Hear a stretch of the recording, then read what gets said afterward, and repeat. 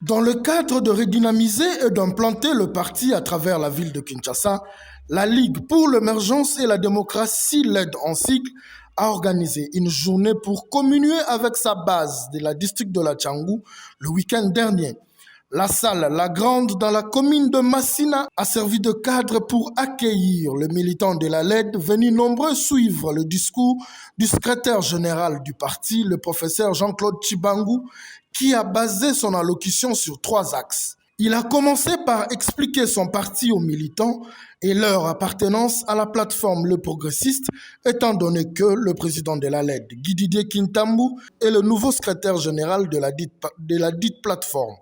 Il a ensuite exhorté toutes les mamans à adhérer à la LED, puis il a demandé aux militants, à l'approche des échéances électorales, de mieux faire le choix afin d'avoir plusieurs députés et de donner une majorité écrasante au président de la République en 2023.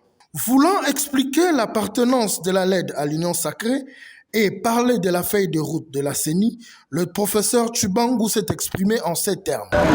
La CENI a rendu public sa feuille de route. Elle a demandé aux partis politiques, parties prenantes à ce processus, de pouvoir accompagner sa démarche. Et donc nous, en tant que parti politique, nous avons l'obligation non seulement d'accompagner la démarche de la CENI, de nous amener aux élections en 2023, mais aussi de nous mettre en ordre de bataille.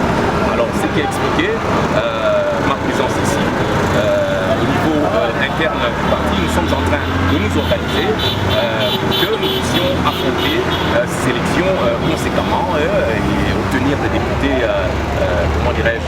un grand nombre de députés et accompagner le chef de l'État, Félix-Antoine Tshisekedi, à la grande victoire en 2023. Vu les échéances électorales qui approchent, le secrétaire général de la LED, Jean-Claude Tshibangou, s'est dit serein pour rafler plusieurs sièges. Et donc, au niveau interne, c'est-à-dire quand vous observez plateforme, c'est-à-dire que regroupement politique, il y a un bon nombre de partis politiques et des associations affiliées qui se sont organisés, se sont mis ensemble en vue de voir dans quelle mesure arrêter des stratégies pour constituer une force politique au sein de la majorité politique qui va se dessiner après 2023 et aussi accompagner le chef de l'État à la victoire, parce que nous savons que la victoire, elle est certaine. Et nous avons arrêté assez de stratégies pour y parvenir.